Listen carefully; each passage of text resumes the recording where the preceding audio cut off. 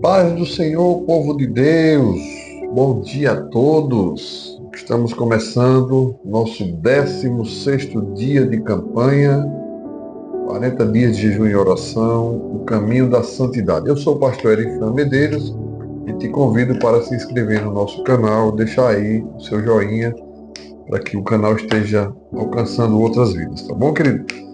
Você também pode compartilhar com algum amigo, algum parente, alguém que precise ouvir a palavra de Deus, tá bom?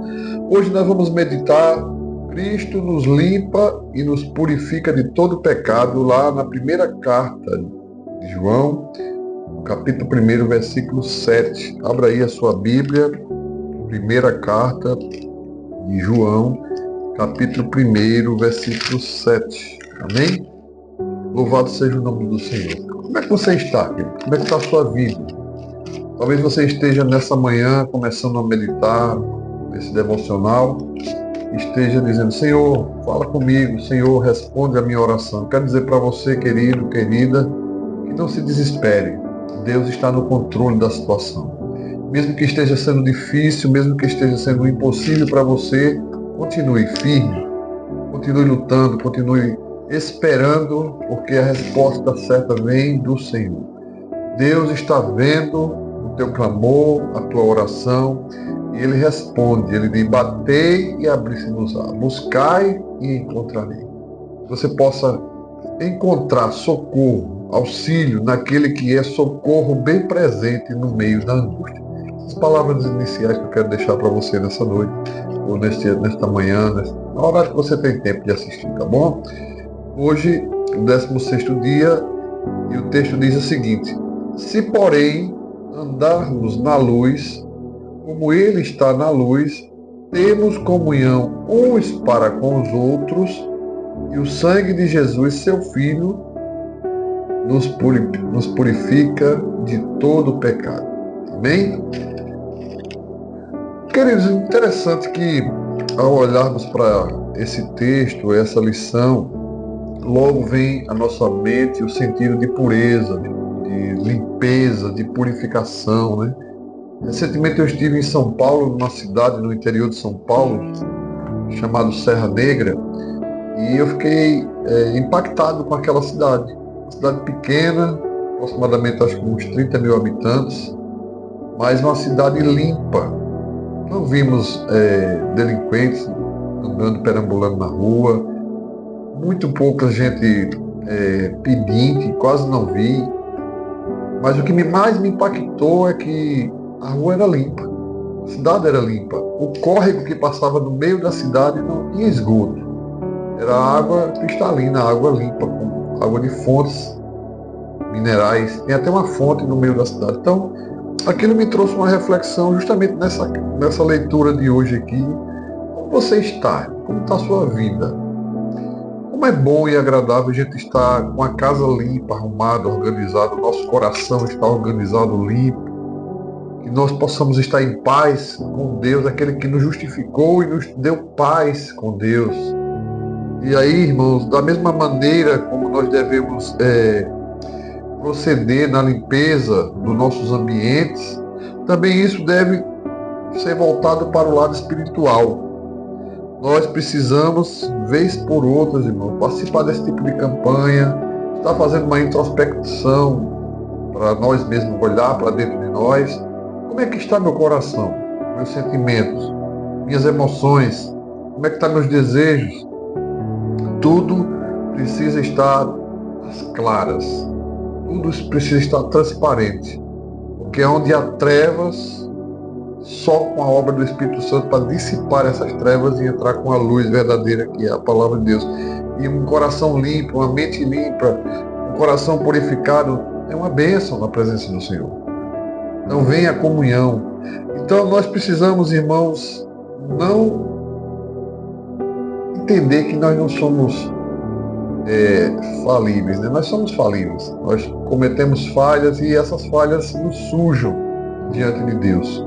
Por isso que é preciso nós estarmos analisando, nós fazendo faxina rotineiramente através da palavra, da oração, participando dos momentos de comunhão. Para quê? Para que eu possa me lembrar eu sou falha, mas eu tenho a misericórdia de Deus sobre a minha vida. Então a palavra de Deus pede para que nós trazemos à memória aquilo que nos dá esperança. E as misericórdias do Senhor são as causas de nós não sermos perdoados. Nesse texto exclusivamente, o autor da primeira carta de João, ele nos chama para andarmos na luz.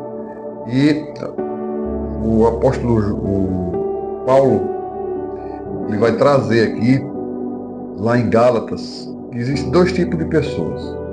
Um tipo, ele continua fazendo e faz continuamente os desejos da carne, e outro tipo mortifica a carne e as suas obras são frutos do Espírito.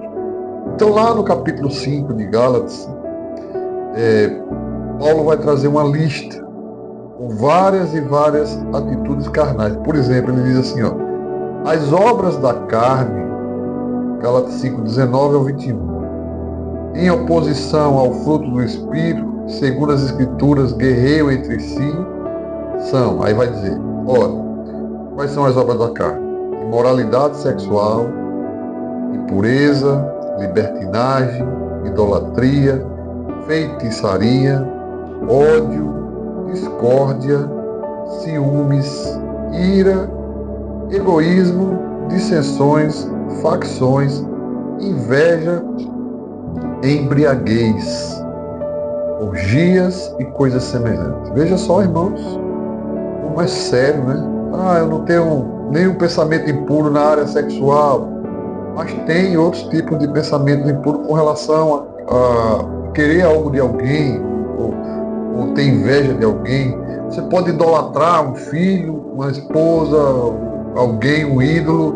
Você pode idolatrar, então não é só uma imagem feita de barro, de cimento, não. Idolatrar também, você pode idolatrar pessoas, né? Ódio, discórdia. Tem pessoas que dizem, eu tenho ódio de fulano. Cuidado com o que você fala. Cuidado com a discórdia. Cuidado com disseminadores de discórdia. Tem gente que tem essa prática de fazer com que os outros guerreiem muito facilmente. Cuidado com isso. Ciúmes, iras. Olha aí, irmãos, essas duas palavrinhas aí são pesadas, né? Ciúmes e ira. Cuidado. Irei, mas não pequeis. Egoísmo. Só você tem direito de ter, só você tem direito de saber, só você é a pessoa, o ponto-chave, o ponto alfa. Cuidado com isso. Facções, inveja. A igreja de Corinto era cheia de facções. Eu sou de Paulo, eu sou de Pedro, e aí eu sou de Cristo, e outros eram até de Apolo, né? Embriaguez, orgias, coisas semelhantes. Cuidado com quem gosta de tomar um vinhozinho aí e achar que isso é besteira, não tem nada demais. Cuidado. Sabe por quê? Porque a Bíblia é clara e ela alerta que essas pessoas estão presas a essas práticas e estas pessoas não verão o reino de Deus. Então, fuja da aparência do mal. Mas também a Bíblia nos dá, irmãos, uma diretriz. A primeira diretriz que a Bíblia diz é que para que nossos pecados sejam purificados, o texto que nós lemos diz: se porém andarmos na luz como ele na luz, temos comunhão uns com os outros, e o sangue de Jesus nos purifica de todo o pecado. Então, a primeira coisa que eu tenho que agradecer a Deus é que o sacrifício vicário de Cristo, o seu sangue vertido na cruz em nosso favor, foi o meio pelo qual Deus aplacou a ira dele sobre nossa vida. Então, da mesma forma que ele aplacou do anjo da morte não passar nas casas dos hebreus, lá no Egito, quando ele pede para o povo marcar as portas, os umbrais de suas portas, passou o anjo da morte e matou os primogênitos, nós também somos guardados pelo sangue de Jesus e somos livres da morte, e morte eterna, querido. Em segundo lugar, irmãos, é que temos que, através da purificação, quem é que nos purifica? É a água. A água limpa o nosso corpo, mas o que nos purifica é a palavra de Deus. Olha aí, assim como Cristo amou a igreja e se entregou a si mesmo por ela,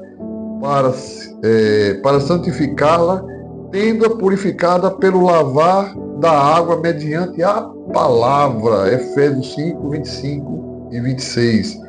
Jesus se entregou por amor à igreja, por amor de mim e de você, irmãos.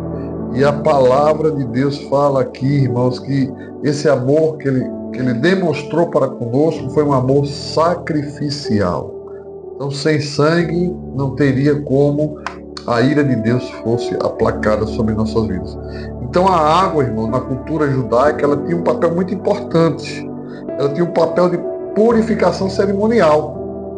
E aqui, irmãos, a palavra simboliza essa purificação cerimonial para os nossos dias. Jesus associa a água que purifica com a palavra. Portanto, se eu quero ser purificado, se eu quero ser santo, eu preciso estar em contato com a palavra, eu preciso viver e colocar em prática. E também, irmãos, entender que eu colocando isso em prática, eu estando todos os dias meditando na palavra, buscando ler a palavra, orar através da palavra, Deus vai nos dando a graça que vamos tendo um processo de santificação em nossas vidas. Então ore com toda gratidão a Deus.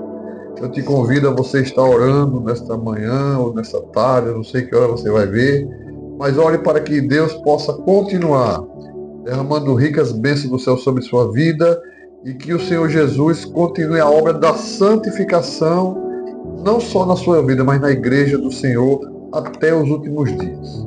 Amém? Que Deus te fortaleça, te anime, te proteja e que você saia vitorioso dessas batalhas que você está enfrentando em nome de Jesus. Deus te abençoe e até amanhã.